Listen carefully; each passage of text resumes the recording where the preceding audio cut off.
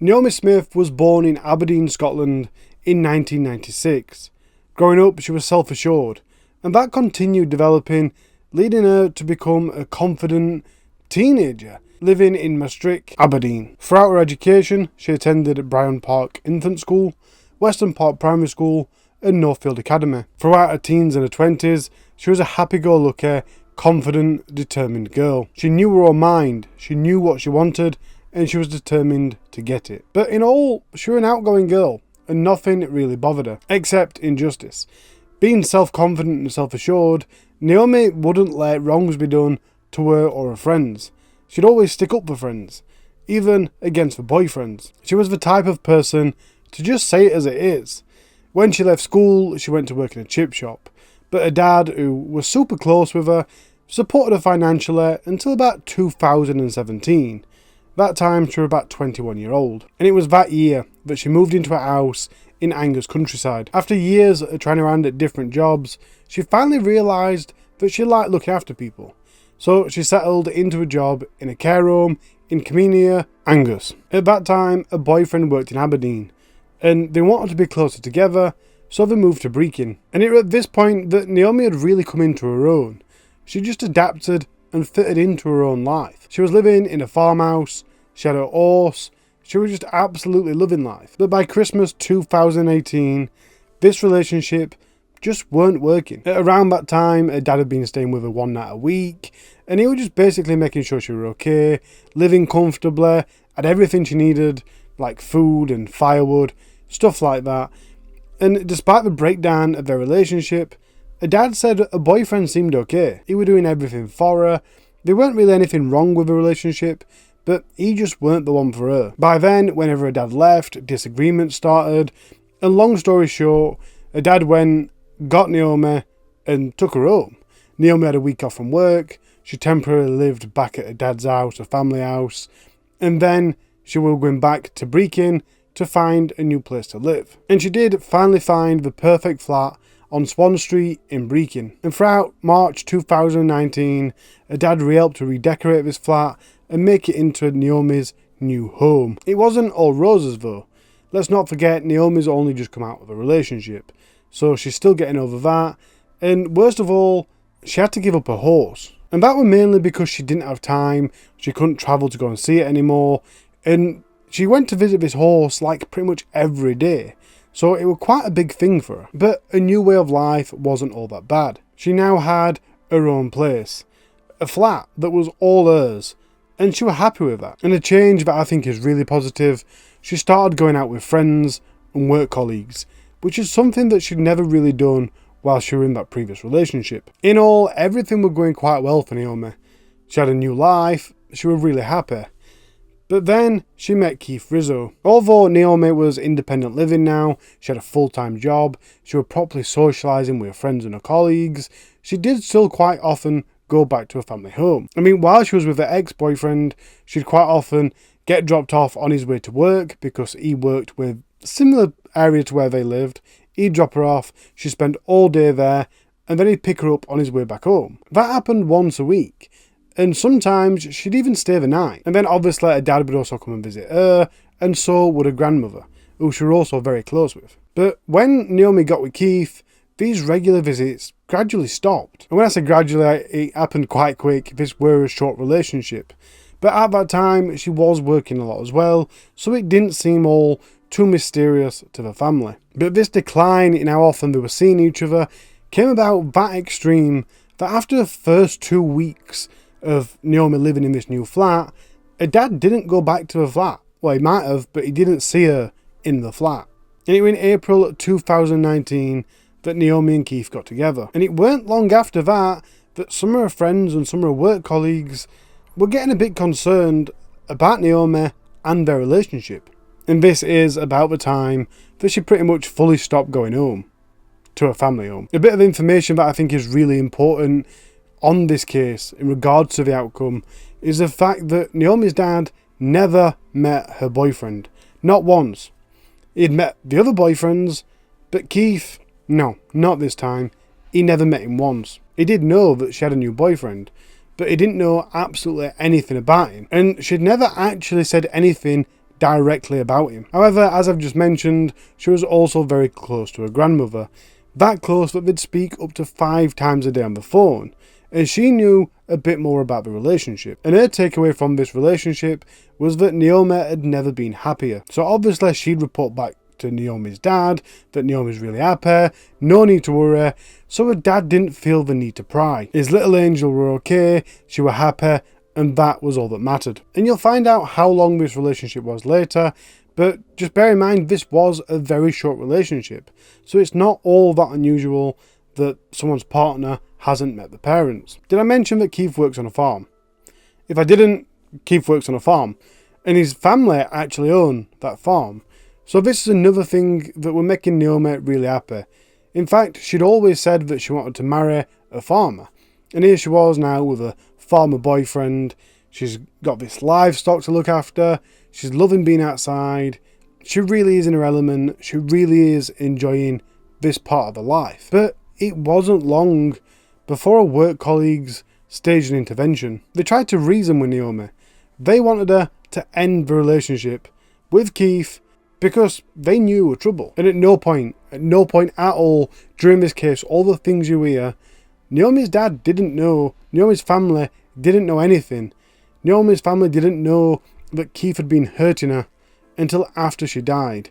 And in some cases, they didn't know a lot of information up until court. And how could they? Naomi didn't tell this kind of information to the family, and they didn't tell the information to anyone that would tell the family. And her dad has since said that if he'd have known there was something not right, if he'd have known there were any type of abuse, or if he were hurting her, he would have got Naomi and brought her back to safety, which he showed with his previous boyfriend. But some people did know that something wasn't right. On the 10th of May, Naomi met up with her friend, called Kirsty, and Kirsty recognised that Naomi had some bruising around her neck, so she asked her, and Naomi did confide in her. She said the previous day, Keith had held her against the wall by her throat and choked her until she passed out. And Kirsty was also a partial witness to this kind of abuse from Keith towards Naomi. On the 19th of May, in Naomi's flat at about 1 a.m, Naomi and Keith were having an argument, and Keith was saying that he was going to leave the flat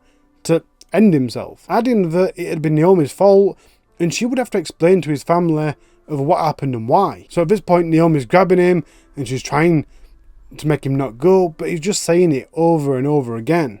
He eventually ended up falling to the ground, so Naomi got on top of him in a desperate attempt to stop him from leaving the flat, but that only led to them punching each other. And Kirsty even tried to stop him from leaving the flat.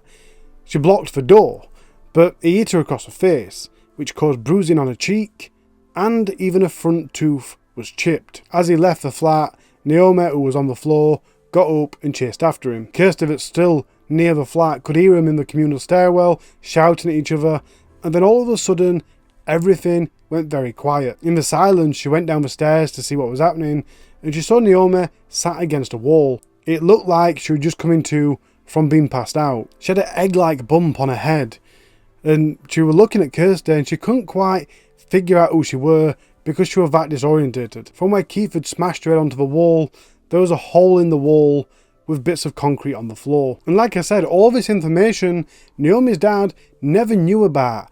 A lot of it up until he was sat in court listening to it. So there's no wonder that Naomi stopped going round to her house. She was hiding these lumps and bumps and bruises. Her colleagues also noticed that there was something really not right.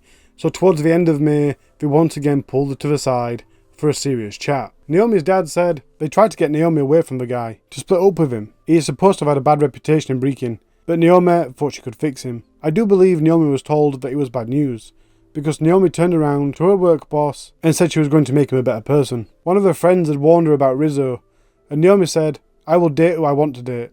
I think I can fix him." She always liked bad boys. For some reason, she always went for the bad boys, and she thought she could fix this guy, and he took her away from us. In the early hours of the 30th of May, Keith's friend came to pick Keith up from Naomi's flat. To him, at a distance, Naomi seemed okay, but he could tell both of them were upset about something. Keith gave her a kiss and then went and got in the car. He didn't really say much for the rest of the drive, but he was upset, and he said that he'd had an argument. Ryan dropped Keith off at his granddad's house at about 3 a.m, and About an hour later, he messaged him and basically said, "Are you okay? How's things? How you doing?" And Keith explained to him that he thought him and Naomi were breaking up because I was stupid enough to put my own hands on her tonight, Ryan. He then sent an embarrassed emoji. And then, know how much of a selfish, cowardly POS I feel right now. She genuinely was my world. I will never have her back. I couldn't be more grateful I got to meet her and be with her. Ryan replied to that, "FS, you can't go put your hands on a lass. You'll scare her more than anything else. And you will feel S after it. You're meant to love the person." Later on, Keith texted him again, saying, "We're back together just." Then, on the 8th of June, only about 6 weeks after their relationship started. Yeah, 6 weeks. They'd only been together 6 weeks, and all this has happened. Anyway, the 8th of June 2019, Naomi went with Rizzo and a group of friends to Hudson's Bar in Brecon, which is literally just around the corner from her flat. Only a minute or two's walk away. Due to a local event that had been on that day, Hudson's Bar were really busy. And this bar kind of plays music on summer nights, so on this particular night, Naomi were up dancing. And as you can expect, Naomi wasn't the only person on the dance floor. There was other women and other men. But Keith didn't like that. And from what I've read, she weren't necessarily dancing with anyone else, but she did interact with other people. Some sources said that at one point she bumped bums with someone. But in all, she's not necessarily dancing with anyone. Regardless of who she was dancing with, eventually Keith couldn't stand it any longer. Naomi was having fun, and he couldn't stand it. So with anger, he pushed over a table, taking all the drinks with it. He then shouted, "That's enough," and stormed out. And as he stormed out, he made the watching you gesture towards Naomi. CCTV from inside the pub also shows him throwing a glass bottle towards the dance floor. Towards is probably the wrong word. He threw it across the dance floor. It did reach and it went across. Anyway, he's left, he's out of sight. A few minutes later, one of Naomi's friends, who we haven't mentioned yet, she's called Kayla, she spoke to Naomi. I believe they're outside, and Naomi's obviously upset, and she's crying, she's anxious, she's distressed, and through her tears she tells Kayla, "This is what I have to put up with." She went on to say that she wanted to go home, but she knew if she left, that Keith would hurt her again. After some time, Kayla walked Naomi back to her flat. When they got there, she asked Naomi if she was going to be okay. And Naomi confirmed it and said, "Look, I'm going to lock the door, I'm going to leave the key in so he can't get in. Everything will be alright, don't worry about it." So that's exactly what she did, and then Kaylee left as well. Later on, Keith was escorted home by his cousin, Neil. Now I don't know the fine details here, which leaves it a little bit confusing, but when they got back, Keith knocked down the door. He literally kicked the door down, and his cousin is trying to restrain him, but then his cousin left, which is a bit that I find really confusing. There's obviously more detail there. He might have calmed down or whatever. I don't know. But his cousin left. And they got back about 12:30. So it's now in the early hours of the 10th of June. And obviously after 12:30, nobody can be entirely sure what happened inside the flat. But Keith did do an awful but effortful attempt at making up numerous different versions of events. None of them were consistent, nor did any of them ring true with evidence. It really weren't long after that he arrived home that the neighbour from downstairs phoned through to the police because he could hear disturbing noises which went on for 15 to 20 minutes. Throughout these disturbing noises, there were gaps of silence lasting up to about a minute. So his phone the police is waiting for a response, and all of a sudden there's a knock at the door, and it was Keith. He was in a state of panic and distress, and he was begging for help. Keith goes on to say, "Look, I'm really worried about Naomi. I can't get a response from her." He obviously explains a little bit. So Stephen phones 999 again. He tells them their update, and then Stephen and Keith go round to the flat. That was about 1 a.m. When they walked into the flat, Stephen was greeted with a scene of carnage. He said it looked like there'd been a battle. There was stuff from inside the fridge, sauce bottles, fruit, vegetables, and broken glass all over the floor. As Naomi laid on the floor between the fridge and the tumble dryer, there was a knife on the floor at the side of her leg. Stephen checked a pulse and he started CPR while he spoke to 999. Meanwhile, Keith, who's got blood on his hands and on his feet, still seemed to be in total panic. He was stood behind him and he was shouting Naomi's name, and he was asking if Stephen was getting a response. And at some point during this ordeal that Stephen's now witnessing, Keith told him that he'd been up for a shower. When he went in for a shower, Naomi was arguing with two men in the kitchen. So it were at 1 o'clock that Stephen phoned the police and then went into the flat. And at 22 minutes past 1 and 12 minutes to 2 that morning, Keith was sending messages on a Facebook group chat. And that bit's really strange because Keith had gone on to say that the reason he didn't phone the police himself was because he couldn't find his phone. Sure, he might have found it, but I mean, it's only been 20 minutes. There's a lot of chaos and carnage. And as I'll probably say again later, the paramedics did 22 minutes worth of CPR. So this is like pretty much straight after Naomi's been pronounced dead that he decided to start making messages. And considering the phone call at 1 o'clock and the paramedics did 22 minutes CPR, this is quite possibly while CPR is still happening. The first message he sent was, "Anyone please answer. Plead. Naomi has been murdered." He then sent 4 broken hearts and 4 sad face emojis. He then went on to say that someone's attacked Naomi and he was pleading for help even more. He then was in a brief call with his cousin, and I think it was his cousin that had phoned him. I can't be sure, but through Keith crying, his cousin couldn't understand what he was saying, so he ran back to the flat. When he got there, Keith was sitting down on the pavement outside Naomi's flat with 2 police officers. He looked up and he was crying. He asked me for a big hug, but when I tried, a police officer pushed me off him. And when the police arrived, Keith was outside at that point, with his feet still covered in blood. And some witnesses that were passing by before the police arrived said Keith was stood there shouting something about the fact that his partner had been stabbed, although one witness swears that they heard him say, "I've stabbed my partner," or "I've stabbed somebody." After the police had got there, after the cousin had got there, the police put him into a police car. And while Keith sat in his police car, he's constantly asking if Naomi's alive. He then asked, "Have you ever held your wife or girlfriend in your arms while she died?" He then told the police in the car the same story, that he'd got out of the shower, came downstairs, Naomi was on the floor. And as I said earlier, the paramedics tried CPR for 22 minutes. However, she was pronounced dead at the scene. Keith was then arrested, and his response to the arrest was with anger and violence. He pushed his arms out, which made the arresting officer think he was about to punch him. He was shouting and he was swearing. Ultimately, his conduct at being told he was going to get arrested led officers to put him to the ground. But even after he'd been put into a police van, after his arrest, Keith wasn't using his right to remain silent. He was shouting things like, "Why would I stab my girlfriend? Why aren't you listening to me?" During a 3-4 hour police interview back at the station, Keith again stuck with the same story of that he heard a loud bang and then he found Naomi. Following his arrest, his mom went to see him in prison, and he told her this very awful story, this tale, about getting back from being out and 2 men being inside the flat. These mystery men told him that Naomi owed him a lot of money, and then they pinned him to the wall. They said to him, "This is what happens to people who don't pay us what they owe us." The man stood nearest to Naomi punched her really hard.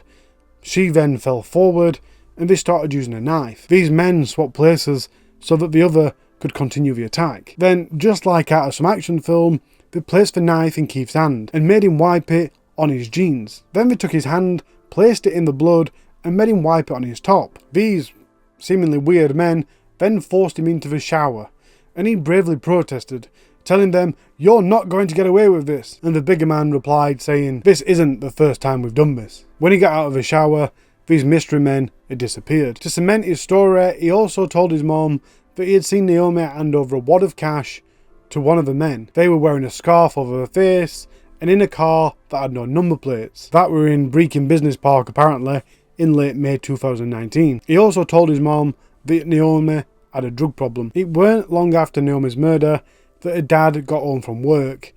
It were about 4 a.m. and he was just putting his shirt away when he heard a knock at the door. Considering the time of the knock, it took him by surprise. But the knock got louder. He answered the door and was greeted by 3 police officers. They came to tell him the horrific news, and that must be every parent's worst nightmare. Naomi's dad has talked about how long it took him to tell him information. I think it was like 13 hours before they actually confirmed that Naomi had died. I think before that it was just, she's been in an incident. And like I've said before, right up to the court case, he didn't know anything, even to the extent of how bad or how many injuries she had. The police, the death certificate, and even the undertaker told him that she had just a few stab wounds, meaning that it weren't until he was sat in court that he heard all the details about the other incidents in the last 6 weeks and how horrific her injuries were. Keith Rizzo was charged with Naomi's murder, and he appeared twice at Forfar Sheriff Court in the week of Naomi's death, but it would take up to 4 months for him to enter a plea, and when he did, he denied everything. During the court proceedings, it emerged that Keith had previously been convicted of assaulting an ex-partner. The first witness to be called to the Glasgow High Court was 23-year-old support worker Mary. She'd been in an on and off again relationship with Keith between 2014 and 2017. She told the court that she'd been attacked by Keith on 3 separate occasions. The first happened while they were living together at Keith's mum's flat in Brechin. They had an argument about midday in his bedroom, and he pushed her in the chest onto a sliding glass mirror door, which smashed. He'd also compressed her neck, and he'd also kicked her in the ribcage. Another former partner was 19-year-old Maron. She said Keith was regularly verbally abusive to her, and he called her every name you could ever think of. He was very nasty and manipulative. He tried to belittle me and make me feel like I was nothing. He called me a B and an S and a C. I can't remember how many times, but more than once. It was very intimidating. He sent me horrible messages after the relationship. He followed me twice. I was never in danger, but I felt unsafe. A paramedic told the court about the scene in which they found Naomi, and I really can't tell you what they said because I'd get told off, but trust me, it's horrific. 2 knives were used during the attack. One were 8 cm long and the other one was 21 cm long. In total, the post-mortem showed 32 blunt force trauma injuries, 26 stab wounds, and the majority of them were in her neck, but also they were in her upper back, bum, arms and chest. There was also a cut to her index finger, which was likely a defensive wound. One of the wounds to her upper back had a depth of 9.5 centimeters. 2 of the wounds on her neck were 20 centimeters long. She also had hemorrhaging in her eyes, which were likely caused by asphyxiation, which also caused small fractures to the bones inside her neck. She also suffered a traumatic brain injury, and that may have caused her to lose consciousness before she fell to the floor. Keith, on the other hand, while he was in custody, he was assessed by a forensic scientist, and they identified 16 injuries on him. These included large scratches to his lower back and a cut on his finger. But Keith claimed them minor injuries weren't anything to do with the incident, and that was all done during his arrest. And of course, the court was told that despite Keith saying that when he got to the flat, he saw a figure hanging out outside, down an alleyway, I think he said, there was absolutely no CCTV evidence anywhere of these so-called attackers. During the 11 days of the trial, the judge told Keith off twice for smiling. But in the end, it took the jury just 90 minutes to unanimously find him guilty of murder, as well as assaulting Naomi on 2 previous occasions and acting in a threatening or abusive manner in the Hudson Bar. So on the 6th of April 2020, Keith Rizzo was sentenced to life in prison with a minimum of 22 years. At the time of Naomi's murder, both her and Keith were 23-year-old. In part, the family statement reads, "As a family, we are totally devastated at losing Naomi. Her character will always remain with us all. Her smile would light up a room. She was the life and soul of the party. So for her to be brutally killed at the hands of Keith Rizzo has devastated us all. He never even knew her, given the short period of time they were together. No sentence could be long enough for this vile person." Now, as I'm sure many of you lot do, Naomi's dad thought that Keith got off lightly, but obviously Keith didn't agree, because the Court of Appeal did receive his appeal. But thankfully, on the 3rd of October 2020, the appeal was rejected and the sentence was upheld. Obviously, this appeal document's quite long, but one of the things that was said was that Keith still hasn't shown any remorse. Now, you all know my advice for this type of case, because unfortunately I have to say it at least once a month. So for this case, I'm actually just going to read back the things that Naomi's dad said after the appeal. Please bear in mind the things that I'm about to read might not be in order, and they might not necessarily be from the same time. As I've just hinted at, after the appeal process was finished, he said he wanted to speak about this tragedy, his own very personal family tragedy, in a way to persuade other domestic abuse victims to leave their partners. Everybody needs help if they're in that situation. Any help out there is better than no help. It doesn't matter what organisation you go to. He says that he supports the expert's view that everyone should look out for those around them, like Naomi's colleagues did, and that people should call out the family and friends if they joke about or legitimise this kind of abuse. I do agree with that. Everyone can play their part by asking those they know why they believe it's okay to do certain things or think that it's okay to be a bully. I don't think any of Naomi's friends did know how bad it was, but they did their best to intervene. We only start questioning black eyes or bruises. We thought everything was right when it wasn't. Everybody should be speaking out. I want to be heard. I want to help domestic abuse victims, to get the message out there. Support is available. If learning about what happened to Naomi gets through to others, I would bend over backwards to tell people about her. Even if this saves one person, it's worth it. Seek help, because it's out there. Another thing that he said that I wanted to mention was, she was up front. If any of her friends' boyfriends hurt her, she was the first to say something about it. But she kept this to herself, and we can't understand why. I don't think Naomi would have put up with anything bad, or if she was scared of him. I don't know why Naomi didn't tell me. It's never okay. It's not something you can just sweep under the carpet. Tell someone. Take the help they're offering. Call a support group. Any help is better than nothing, and there's lots of organisations that can help. It's all true though, innit? And I do get mocked every time I go over this stuff and this bit of advice. And, oh mate, that's obvious. Yeah, I get that it's obvious, but people do need to be told. And the reason I do the same advice over and over again is because somebody might watch that video that don't usually watch my channel and won't watch another video. So it's important for that information to be at the end of the video. That's how I see it anyway. And as I always say, people need to realise, you need to realise, you're worth the world. You deserve respect, and you should demand respect. Being treated like that in any way, even if it's not physical, is not being respected. And you deserve to be respected. Another bit of advice that don't really play out in a lot of the cases that I've done, but it does play out in a lot of cases, is take things slow. This relationship seemed to progress really quick. They'd only been together 6 weeks. They seemed to be, if not living together, spending a lot of time at Naomi's flat.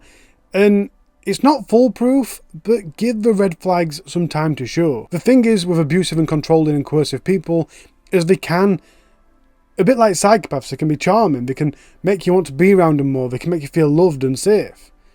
And if you just embrace that and let them move straight in, you're giving them the control straight away. And then all of a sudden you've got no friends and family and you're on your own, and that's when you feel trapped.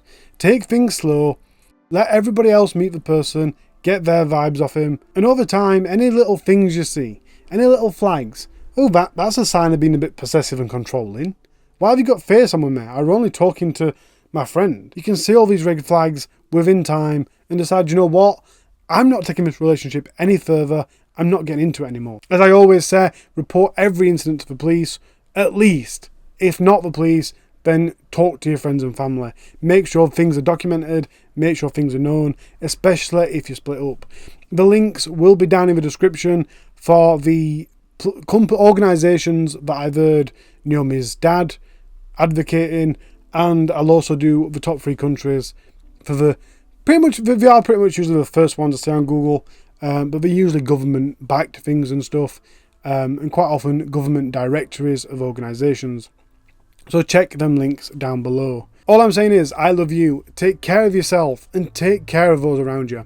And I'll see you next week. Bye.